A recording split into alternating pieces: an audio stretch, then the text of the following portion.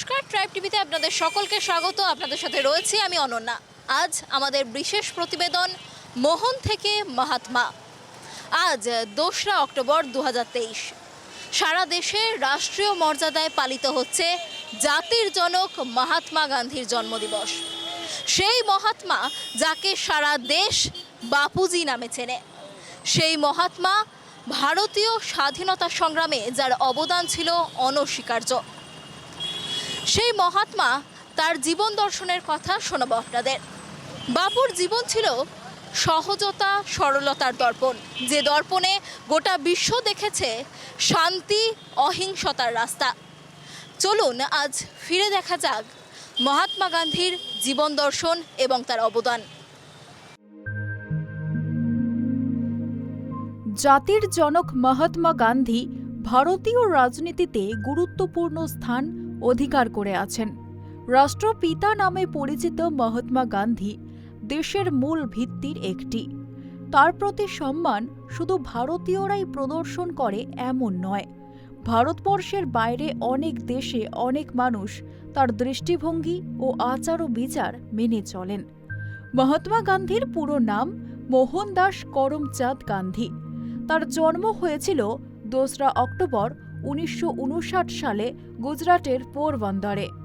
সেই সময়ের প্রচলিত নিয়ম অনুযায়ী গান্ধীজির বাবা 4টি বিবাহ করেছিলেন। করমচাঁদ গান্ধী নিজেই জানতেন না একসময় তার চতুর্থ স্ত্রীর ছেলে মোহনদাস করমচাঁদ গান্ধী ইতিহাসের পাতায় নিজের ও পরিবারের নাম উজ্জ্বল করবেন। করমচাঁদ গান্ধী খুবই বুদ্ধিমান ছিলেন। তিনি জানতেন কিভাবে তৎকালীন রাজকুমারদের মধ্যে নিজের জায়গা তৈরি করতে হবে এবং নিজের উদ্দেশ্যে ব্রিটিশ রাজনৈতিক আধিকারিকদের মধ্যে কিভাবে নিজের পরিচয় তৈরি করতে হবে। গান্ধীজির মাতা তার সম্পূর্ণ জীবন ধর্মীয় কর্মে ব্যয় করেন। জীবনে কোনোদিনও তিনি পার্থিব বস্তুর ওপর গুরুত্ব দেননি। তার বেশিরভাগ সময়ই মন্দির এবং গৃহকাজেই কাটত। বাস্তবে তিনি ছিলেন পরিবারের প্রতি সমর্পিত আধ্যাত্মিক মহিলা। রোগীর সেবা করা, ব্রত উপাসনা করা তার দৈনিক জীবন চর্চা ছিল। ছোটবেলা থেকেই গান্ধীজি লালন পালন এমন পরিবেশে হয় যেখানে ছিল শান্তি ও ধর্মের আবাস। তিনি ছিলেন নিরামিষভোজী। মায়ের মতো তিনিও অহিংসা, ব্রত, উপবাস প্রভৃতির মতো জীবনশৈলীতে বিশ্বাসী ছিলেন, যার দ্বারা মনকে বিশুদ্ধ রাখা যায়। পোরবন্দরে পর্যাপ্ত শিক্ষার সুবিধা না থাকার জন্য মোহনদাস তার প্রাথমিক শিক্ষা খুব জটিল পরিস্থিতিতে সম্পন্ন করেন। তিনি মাটিতে আঙুল চালিয়ে বর্ণমালা শেখেন। পরে ভাগ্যক্রমে তার পিতা করমচাঁদ গান্ধী রাজকোটের দিওয়ান হয়। এরপরে তার সমস্যা অনেকটাই কমে গিয়েছিল। মহাত্মা গান্ধী স্কুল জীবনে অনেক পুরস্কার লাভ করেন। 1887 খ্রিস্টাব্দে গান্ধীজি ইউনিভার্সিটি অব বোম্বাই থেকে ম্যাট্রিক পরীক্ষায় পাশ করেন এবং ভাবনগর শ্যামল দাস কলেজে ভর্তি হন। সেখানে তিনি মাতৃভাষা গুজরাটি ছেড়ে ইংরেজি শেখেন, যার জন্য তাকে অধ্যাপকদের পঠন বুঝতে অনেক সমস্যায় পড়তে হয়। গান্ধীজির পরিবার তার ভবিষ্যৎ নিয়ে খুবই চিন্তিত ছিলেন, কারণ তিনি ডাক্তার হতে চেয়েছিলেন, কিন্তু বৈষ্ণব ধর্মাবলম্বী হওয়ার জন্য তিনি ডাক্তারের কাজ করতে পারতেন না। পরিবার থেকে তাকে বলা হয় পারিবারিক পরম্পরা অনুযায়ী তাকে গুজরাটের কোনো উচ্চ দপ্তরে চাকুরিতে যোগ দিতে হবে। এর জন্য তাকে ব্যারিস্টার হতে হবে। মহাত্মা গান্ধী শ্যামলদাস কলেজের পড়াশোনা নিয়ে খুব একটা সন্তুষ্ট ছিলেন না। ব্যারিস্টার হওয়ার জন্য ইংল্যান্ডে যেতে হবে শুনে তিনি প্রচুর আনন্দিত হন। তার পারিবারিক সম্পত্তি খুবই কম ছিল এবং তার মাও ভয় পাচ্ছিল বিদেশ যাওয়ার কথা শুনে, কিন্তু গান্ধীজি তার কথায় অটল ছিলেন। তার ভাইয়েরা লন্ডন যাওয়ার জন্য প্রয়োজনীয় টাকা পয়সার ব্যবস্থা করেন। 1888 সালের সেপ্টেম্বর মাসে তিনি ইংল্যান্ডের উদ্দেশ্যে যাত্রা করেন। ইংল্যান্ডে পৌঁছানোর 10 দিন পর তিনি লন্ডন ল কলেজে ভর্তি হন। 1891 সালে ইংল্যান্ড থেকে ভারত প্রত্যাবর্তনের পর তিনি ওকালতিতে নিজের জায়গা তৈরি করা শুরু করেন। তিনি তার প্রথম মামলায় খুব নার্ভাস হয়ে যান। যখন সাক্ষীকে প্রশ্ন করার সময় আসে তখন তার মাথা শূন্য হয়ে যায়। তিনি নার্ভাস থাকার জন্য সাক্ষীকে কোনো প্রশ্ন করতে পারেন না এবং কোর্টের বাইরে চলে আসেন, যার জন্য গান্ধীজি তার ক্লায়েন্টকে সম্পূর্ণ ফিস ফেরত দিয়ে দেন। অর্থাৎ আমাদের মতো তিনিও প্রথমবার ব্যর্থ হয়েছিলেন, কিন্তু তিনি এই ব্যর্থতার জন্য থেমে যাননি। তিনি ভারতবর্ষে কিছুদিন ওকালতি করেন। এরপর সাউথ আফ্রিকাতে তিনি লিগ্যাল সার্ভিসের 1 বছরের কন্ট্রাক্ট পান। 1893 সালের এপ্রিল মাসে তিনি সাউথ আফ্রিকা যাত্রা করেন। সেখানে তাকে বর্ণভেদ প্রথার সম্মুখীন হতে হয়। ডারবানের কোর্টরুমে তাকে পাকড়ি খুলতে বলা হয়, কিন্তু তিনি অসম্মত হন, যার ফলে তাকে কোর্টরুম ছাড়তে হয়। 1893 সালের 7 জুন ট্রেন যাত্রার সময় তার সাথে একটি ঘটনা ঘটে, যার ফলে তার জীবনে আমূল পরিবর্তন আসে। তিনি প্রোটেরিয়া যাচ্ছিলেন ফার্স্ট ক্লাস কম্পার্টমেন্টে, কিন্তু এক ইংরেজ আপত্তি করে তার ফার্স্ট ক্লাস কম্পার্টমেন্টে চড়া নিয়ে। গান্ধীজির কাছে ফার্স্ট ক্লাস কম্পার্টমেন্টের টিকিট ছিল, কিন্তু তিনি ট্রেন থেকে নামতে অসম্মত হন। এর জন্য তাকে এক স্টেশনে ট্রেন থেকে নিচে ফেলে দেয়া হয়। এই অপমান গান্ধীজির মনে গভীর দাগ কাটে। তিনি বর্ণভেদ প্রথার বিরুদ্ধে লড়াই করার সিদ্ধান্ত নেন। মহাত্মা গান্ধী সেই রাতেই এই সমস্যার সমাধান করার প্রতিজ্ঞা করেন। সেই রাতেই একটি সামান্য মানুষ থেকে জন্ম হয় এক অসামান্য মানুষের। 1894 সালে তিনি বর্ণভেদ প্রথার বিরুদ্ধে লড়াই করার জন্য নেটাল ইন্ডিয়ান কংগ্রেসের স্থাপনা করেন। 1 বছরের কন্ট্রাক্ট শেষ হওয়ার পর তিনি ভারতে প্রত্যাবর্তনের প্রস্তুতি শুরু করেন, কিন্তু তার আগেই নেটান অ্যাসেম্বলি ভারতীয়দের ভোট দেওয়ার অধিকার থেকে বঞ্চিত করেন। গান্ধীজির সঙ্গীরা তার সাথে মিলে ব্রিটিশ সরকারের বিরুদ্ধে লড়াই চালিয়ে যান। এভাবে তিনি ধীরে ধীরে আন্তর্জাতিক মঞ্চে বিষয়টি সবার দৃষ্টিতে আনেন। যুদ্ধের সময় তিনি সাউথ আফ্রিকা থেকে ব্রিটিশ সরকারকে সাহায্য করেছিলেন। তার মতে ব্রিটিশ সাম্রাজ্যে ভারতীয়দের নাগরিকত্ব পেতে হলে তাদেরও ব্রিটিশ সরকারকে সাহায্য করা উচিত। তিনি সাউথ আফ্রিকাতে থাকাকালীন নাগরিকতার সম্মান লাভের জন্য মিছিল করেন। তিনি তার অহিংস আন্দোলনকে সত্যাগ্রহ নাম দেন। সাউথ আফ্রিকাতে তিনি কিছুদিন জেলে ছিলেন। এমন অনেক ক্ষেত্র আছে সেখানে তিনি ব্রিটিশ সরকারকে সাহায্য করেছিলেন।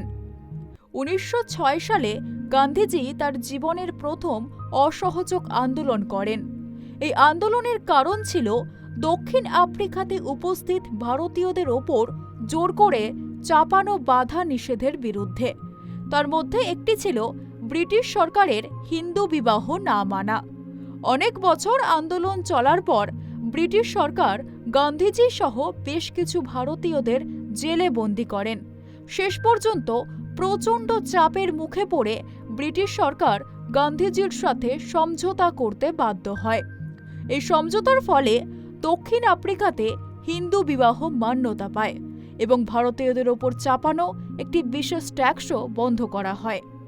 এরপর গান্ধীজি ভারতে ফিরে আসেন।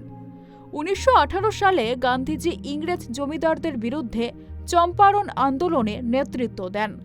সেই সময় নীল চাষ করা হতো। ইংরেজ জমিদাররা ভারতীয় কৃষকদের জোর করে নীল চাষ করাতেন এবং তাদের ওপর নানা নিয়ম চাপিয়ে দিতেন, যার ফলে কৃষকরা ব্রিটিশ জমিদারদের বিরুদ্ধে আন্দোলন শুরু করেন। কৃষকরা এই আন্দোলনে গান্ধীজির কাছে সাহায্য প্রার্থনা করেন এবং তাকে এই আন্দোলনের নেতৃত্ব দিতে বলেন। এর ফলে সম্পাদনে অহিংস আন্দোলন শুরু হয়। এই আন্দোলনে গান্ধীজি জয়লাভ করেন। 1918 সালে খেরা নামক স্থানে প্রচুর ফসল নষ্ট হয়, যার ফলে কৃষকদের ট্যাক্সে ছাড়ের প্রয়োজন ছিল। গান্ধীজি পুনরায় অহিংস আন্দোলন শুরু করেন। খেরা আন্দোলনে তিনি বিপুল জনসমর্থনও লাভ করেন। শেষ পর্যন্ত 1918 সালের মে মাসে ব্রিটিশ সরকার কৃষকদের ট্যাক্সে ছাড় দেয়। গান্ধীজি এইভাবে ব্রিটিশ সরকারের বিরুদ্ধে বিভিন্ন আন্দোলন চালিয়ে যান। 1919 সালে গান্ধীজির মনে হয় কংগ্রেস দুর্বল হয়ে যাচ্ছে। তিনি হিন্দু মুসলিম একতা দ্বারা ব্রিটিশদের ভারত ছাড়তে বাধ্য করার চেষ্টা করেন। এর জন্য তিনি মুসলিম সমাজের কাছে যান। খিলাফত আন্দোলন সর্বভারতীয় আন্দোলন ছিল। মহাত্মা গান্ধী সম্পূর্ণ দেশের মুসলিম সমাজের কনফারেন্স রাখেন। এই আন্দোলনে মুসলিমদের অনেক সাহায্য করা হয়। গান্ধীজির প্রচেষ্টার জন্য তাকে রাষ্ট্র নেতা করা হয়। এই আন্দোলনের ফলে কংগ্রেসে তিনি বিশেষ জায়গা করে নেন। 1922 সালে খিলাফত আন্দোলন সম্পূর্ণরূপে বন্ধ হয়ে যায়। এরপর গান্ধীজি সারা জীবন হিন্দু মুসলিম ইউনিটির জন্য লড়াই করেন। কিন্তু হিন্দু মুসলিমদের মধ্যে দূরত্ব ক্রমশই বাড়তে থাকে। বিভিন্ন আন্দোলনের মোকাবিলা করার জন্য ইংরেজ সরকার 1919 সালে রাওলাট আইন পাশ করেন। এই সময় গান্ধীজি বেশ কিছু সভার আয়োজন করেন। পাঞ্জাবের অমৃতসর অঞ্চলে এরকম একটি সভার আয়োজন করা হয়েছিল, কিন্তু এই শান্তিপূর্ণ সভাকে ইংরেজ সরকার নির্মমভাবে দমন করেছিলেন, যা জালিয়ানওয়ালাবাগ হত্যাকাণ্ড নামে পরিচিত।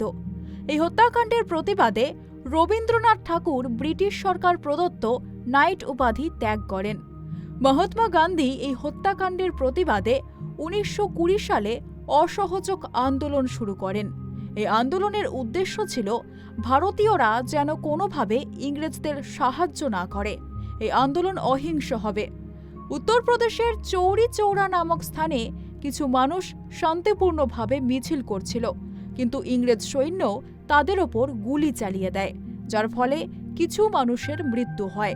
এই ঘটনার প্রতিবাদে কিছু মানুষ রাগে পুলিশ স্টেশনে আগুন ধরিয়ে দেয় এবং 22 জন পুলিশও মারা যায়। এই হিংসাত্মক গতিবিধির জন্য অহিংসার পূজারী গান্ধীজি আন্দোলন বন্ধ করে দেন। তার বক্তব্য ছিল সম্পূর্ণ আন্দোলন চলাকালীন যেন কোনো হিংসাত্মক গতিবিধি না হয়। 1930 সালে তিনি সবিনয়ে অবজ্ঞা আন্দোলন শুরু করেন।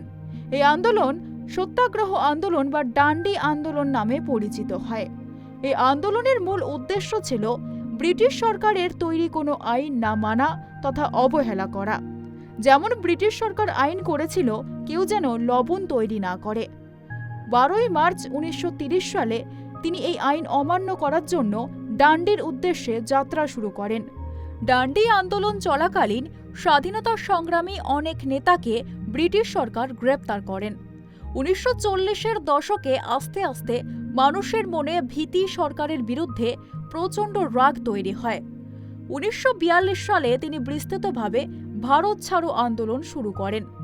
গান্ধীজির আন্দোলনের বৈশিষ্ট্য ছিল সমস্ত আন্দোলন শান্তিপূর্ণভাবে করতে হবে। আন্দোলন চলাকালীন কোনো প্রকার হিংসাত্মক ঘটনা ঘটলে গান্ধীজি সেখানেই আন্দোলন বন্ধ করে দিতেন। অনেকের মতে আমাদের দেরি করে স্বাধীনতা লাভের জন্য এটা একটা মস্ত বড় কারণ ছিল, কারণ তার আন্দোলনের মূল ভিত্তি ছিল সত্য এবং অহিংসা। গান্ধীজির সামাজিক জীবন খুব সহজ সরল উচ্চ বিচারপূর্ণ ছিল। তার এই স্বভাবের জন্য মানুষ তাকে মহাত্মা বলেই সম্বোধন করতেন। তিনি ছিলেন প্রজাতন্ত্রের বড় সমর্থক। তার প্রধান দুটি হাতিয়ার ছিল সত্য এবং অহিংসা।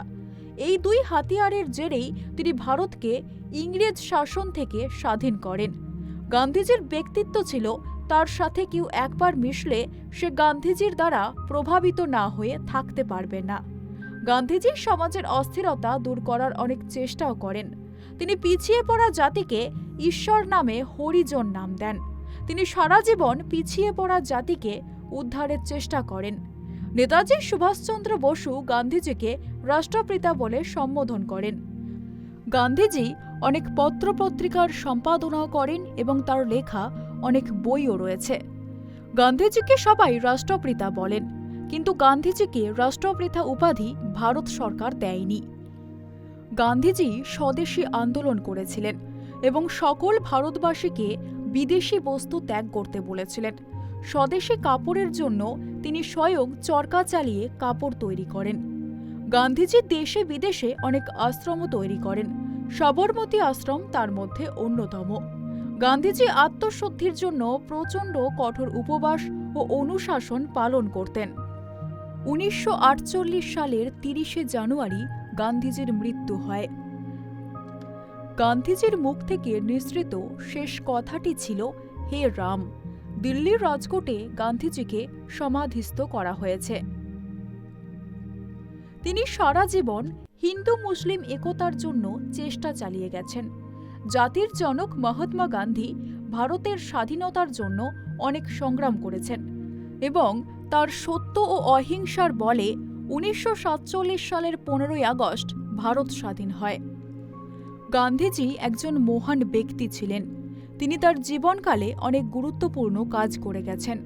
অসত্য ও হিংসার বিরুদ্ধে লড়াই করার জন্য তার প্রধান দুটি হাতিয়ার ছিল সত্য ও অহিংসা। আমরা এখনও তার সিদ্ধান্ত ও তাকে অনুসরণ করে সমাজের গুরুত্বপূর্ণ পরিবর্তন আনতে পারি এবং গান্ধীজির স্বপ্নের ভারতবর্ষ তৈরি করতে পারি। তার জন্মদিনে ট্রাইব টিভির পক্ষ থেকে বিনম্র শ্রদ্ধাঞ্জলি। Bureau report, tribe TV.